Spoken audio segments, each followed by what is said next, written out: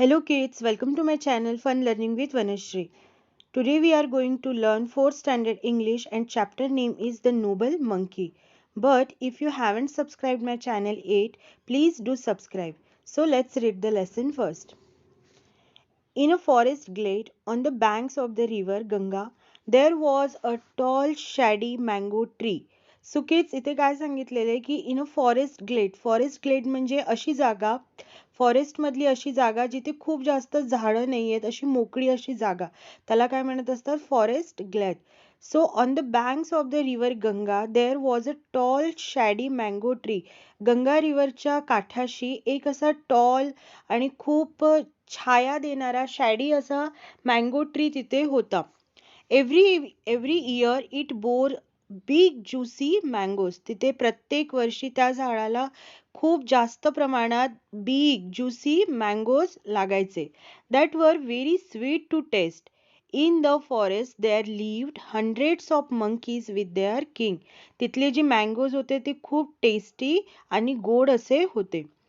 त्या फॉरेस्टमध्ये there lived hundreds of monkeys म्हणजे 100पेक्षा जास्त मंकी तिथे राहत होते त्या झाडावरती. The monkey king was bigger stronger and also wiser than all the other monkeys. तिथला जो मंकी किंग होता ही वॉज बिगर, तो मोठा होता, स्ट्रॉंगर होता आणि वायझर म्हणजे हुशार.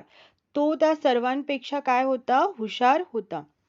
The monkeys loved the mango tree for its spreading branches, cool shade and delicious fruits. तिथल्या मंकीजला तो ट्री का आवडत होता कारण त्या ट्रीचे जे ब्रांचेस होते ते खूप दूरपर्यंत पसरलेले होते. परत तिथे कूल शेड होती म्हणजे थंड असं छाया मिळत होती. परत तिथले जे फ्रुट्स होते ते टेस्टमध्ये खूप डिलिशियस होते. They often played about on the tree and enjoyed eating the tasty mangoes. इथे सांगितलेलं आहे की ते जे मंकीज होते ते तिथे काय करायचे ट्रीज वरती नेहमी खेळायचे आणि तिथले जे फ्रुट्स खाणे ते खूप एन्जॉय करायचे. Their king warned them, don't let even a single mango fall into the river. तो जो मंकी किंग होता तो काय करायचा he always warn to their monkeys. तिथल्या ज्या मंकीजला तो काय करायचा नेहमी वॉर्न करायचा. का वॉर्न करायचा की don't let even single mango म्हणजे एखादा सुद्धा मँगो तुम्ही काय करू नका खाली पाडू नका. का कारण जर तो नदीमध्ये पडला तर काय होणार if the current carries it down to the land of men. जो नदीचा प्रवाह आहे तो काय करणार त्या मँगोला जमिनीकडे घेऊन जाणार आणि काय होणार त्यानंतर they will come here in search of the heavenly fruit and destroy the peace in his land. जे जर जमिनीवर तो जो आंबा आहे मँगो आहे जर तो लोकांपर्यंत पोहोचला माणसांपर्यंत पोहोचला तर काय होणार दे विल कम हिअर. ते इथे येतील आणि काय होणार इथले जी पीसफुल एन्व्हायरमेंट आहे इथली जी शांती आहे ते लोक काय करणार डिस्ट्रॉय करणार. One day, however, a ripe mango fell into the river and was carried with the flow to the city of Benares. एक दिवस काय झालं कसं माहिती नाही कसं तरी करून एक मँगो काय झाला नदीमध्ये पडला आणि काय झालं it was carried with the flow to the city of Benares आणि तो मँगो त्या पाण्याच्या फ्लो बरोबर काय झाला सिटी ऑफ बेनॉरस म्हणजे नदीच्या फ्लो मध्ये तो मँगो वाहत जाऊन एका लँडवर जाऊन पोहोचला.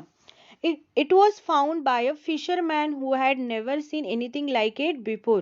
आणि तो mango it was found by a fisherman. तो मँगो फिशरमॅनला मिळाला आणि त्या फिशरमॅनने सुद्धा अशा पद्धतीचा किंवा अशा टाईपचं फ्रूट कधीही त्याने बघितलेलं नव्हतं.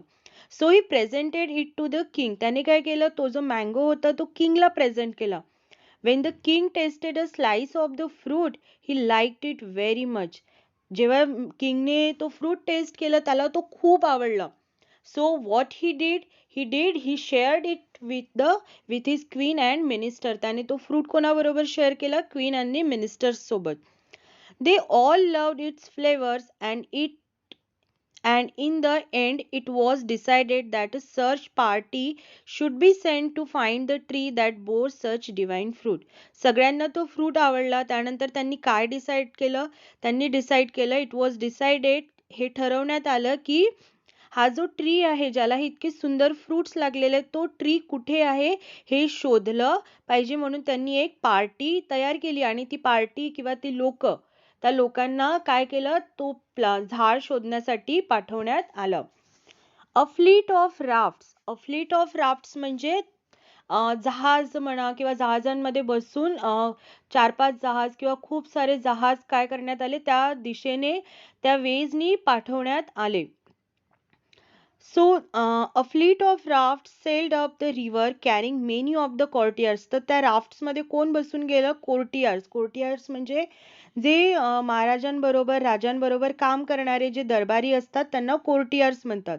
And the king himself आणि स्वतः किंग सुद्धा त्यांच्याबरोबर गेला. By and by the fleet of rafts reached the forest glade on the bank of the river. आणि finally they reach their destination. ते त्यांच्या डेस्टिनेशनवर पोहोचले जिथे फॉरेस्ट ग्लेड होता, जिथे अशी मोकळी जागा होती बँक ऑफ द रिव्हर, नदीच्या काठाशी अशी जी जागा होती त्या ट्री जवळ finally they reach there. And also found the mango tree laden with a fruit. आणि त्यांनी तो झाड पण शोधून घेतला जो मँगो ट्री होता. त्या ट्रीला लॅडन विथ द फ्रूट म्हणजे तो मँगोचा ट्री होता तो भरपूर मँगोजनी भरलेला होता. The king and the courtiers were overjoyed. When the king and courtiers saw that tree, ते कसे त्यांना फील झालं ते overjoyed. overjoyed म्हणजे खूप जास्त त्यांना आनंद झाला. When the king's men noticed the monkeys enjoying the fruit, जे किंग्स मेन होते कोर्टियर्स होते त्यांनी नोटीस केलं की मंकीज काय करत आहेत ती फ्रूट एन्जॉय करत आहेत. दे वर अनॉइड. ते काय झाले खूप नाराज झाले. जे कोर्टियर्स होते ते खूप नाराज झाले. They decided to drive them away mercilessly. Mercilessly म्हणजे खूप निर्दयीपणे त्यांनी कसं ठरवलं की त्यांना पळवून लावायचं. कोणाला? मंकीजना. They sent volleys of arrows to kill the monkey and to scare them away for good. आणि ते काय करायला लागले जेवढ्या जास्तीत जास्त प्रमाणात arrows त्यांना सोडता आले तर त्यांनी काय केलं arrows त्यांच्याकडे पाठवले, बाण त्यांच्याकडे पाठवले त्यांना मारण्यासाठी किंवा त्यांना ड्राईव्ह करण्यासाठी, त्यांना पळवून लावण्यासाठी, त्यांना भीती दाखवण्यासाठी. The monkey king swung to the other side of the river and ordered the others to do the same. जर तुम्ही बघितलं असेल पिक्चर मध्ये तर हा जो मंकी किंग आहे त्याने काय केलं ही स्वंग त्याने उडी मारली कुठल्या साईडला अदर साईडला म्हणजे रिव्हर्सच्या अदर साईडला त्याने उडी मारली आणि तो दुसऱ्या पण मंकीजला काय करत होता ऑर्डर देत होता की तुम्ही पण इकडे या. But move quickly, save your lives, vanishing deep into the forest on the other bank. तो काय म्हणत होता की तुम्ही क्विकली इकडे मूव्ह करा आणि व्हॅनिश होऊन जा. व्हॅनिश म्हणजे गायब होऊन जा, अदृश्य होऊन जा. पटकन तुम्ही या फॉरेस्टच्या दुसऱ्या बँकला किंवा रिव्हरच्या दुसऱ्या बँकला या आणि तुम्ही काय होऊन जा अदृश्य होऊन जा. He urged. However he soon realise. जेव्हा त्याला रिअलाइज झालं की काय रिअलाइज झालं that the river stream was too wide for the others. आता तुम्ही इथे बघू शकते की हा जो रिव्हर स्ट्रीम आहे किंवा नदीचा प्रवाह आहे हा मोठा आहे तर जे अदर मंकी होते त्यांना तिथून स्विंग करणे किंवा जम्प करणे त्यांना फार डिफिकल्ट होतं.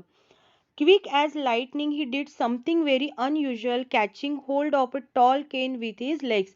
सो त्याने काय केलं की या साईडला जेव्हा तो होता इथून त्याने एक केन घेतली आणि तो या साईडला आला. कुठल्या साईडला आला? या साईडला तो इथे आला आणि त्याने जम्प करून त्याने ते ब्रांच होल्ड केली. Catching hold of a tall cane with his legs, he swung back to the side where the other monkeys waited. Then he took firm hold of a branch of tree.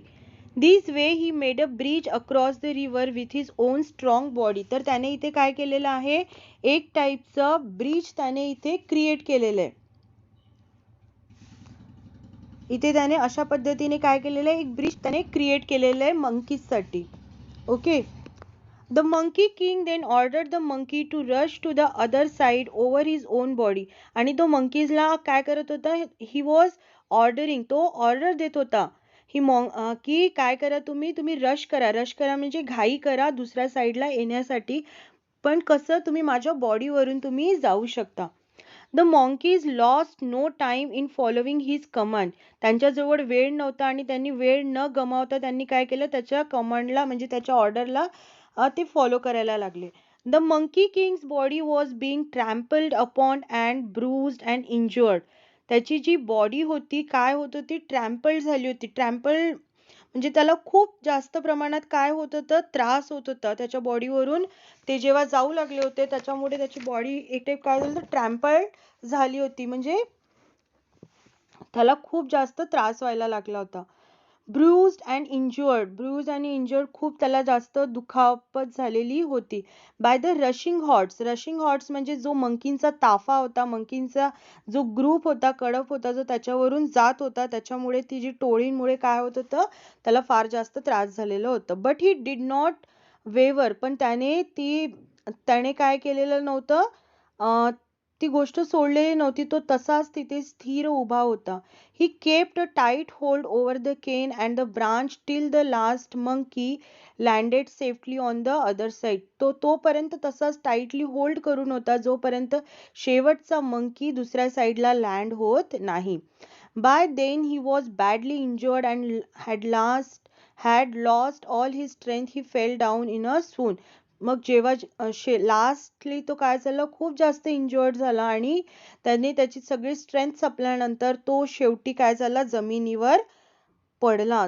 जमिनीवर काय झाला, तो जोरात पडला. सून म्हणजे त्याला कुठलेच म्हणजे भान नव्हता, तो या कंडिशन मध्ये होता आणि तो खाली जोरात पडला.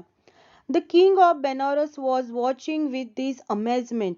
जो किंग बेनारस होता तो हे सगळं आश्चर्यकारक गोष्ट तो काय करत होता, एका साईडनी तो बघत उभा होता. He was touched by the bravery and sacrifice of the great monkey king.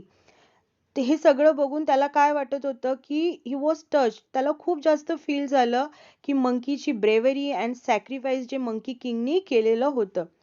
He asked his men to stop shooting arrows. त्याने त्यांच्या माणसांना थांबवलं. आणि कशासाठी थांबवलं, की एरोज आता मारू नका, बाण आता मारू नका.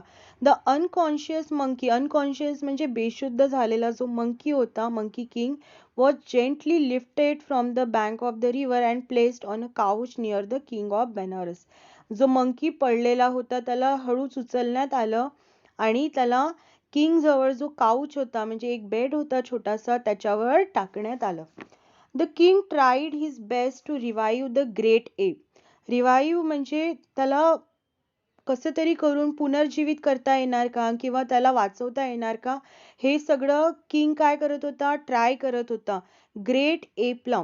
आफ्टर अ वाईल, एप म्हणजे जो माणसासारखा दिसतो पण तो काय असतो, वानर असतो. म्हणजे माणूस आणि वानरच्या मधला, माणूस आणि मंकीच्या मधला जो प्राणी आहे त्याला एप असं म्हणतात. तो थोडासा हुशार पण असतो compared than other monkeys. After a while the monkey king slowly opened his After a while, the Monkey King slowly opened his eyes. Why did you sacrifice your life in this way? Said the king of Banaras. Banaras king asked to the Monkey King कि why did you sacrifice your life in this way? Sacrifice करणे म्हणजे कुठल्याही गोष्टीची care न करता, कुठल्याही गोष्टीची पर्वा न करता गोष्ट करून टाकणे, तर त्याला काय म्हणतो आपण, सॅक्रिफाईस करणे. सो मंकी किंगने काय केलं होतं, आपल्या लाईफची पण केअर न करता, आपल्या लाईफचे विचार न करता त्याने काय केलं होतं, सॅक्रिफाईस केलं होतं. So the monkey king answered, the monkeys are like my children. Monkeys माझ्या मुलांसारखे आहेत. I am their chief and guide and it is my duty to protect them. माझी काय ड्युटी आहे की ते माझ्या मुलांसारखे आहेत आणि मी त्यांचा चीफ आहे. चीफ म्हणजे मुख्य आहे. मी त्यांचा गाईड आहे, मी त्यांचा किंग आहे. तर it is my duty to protect them.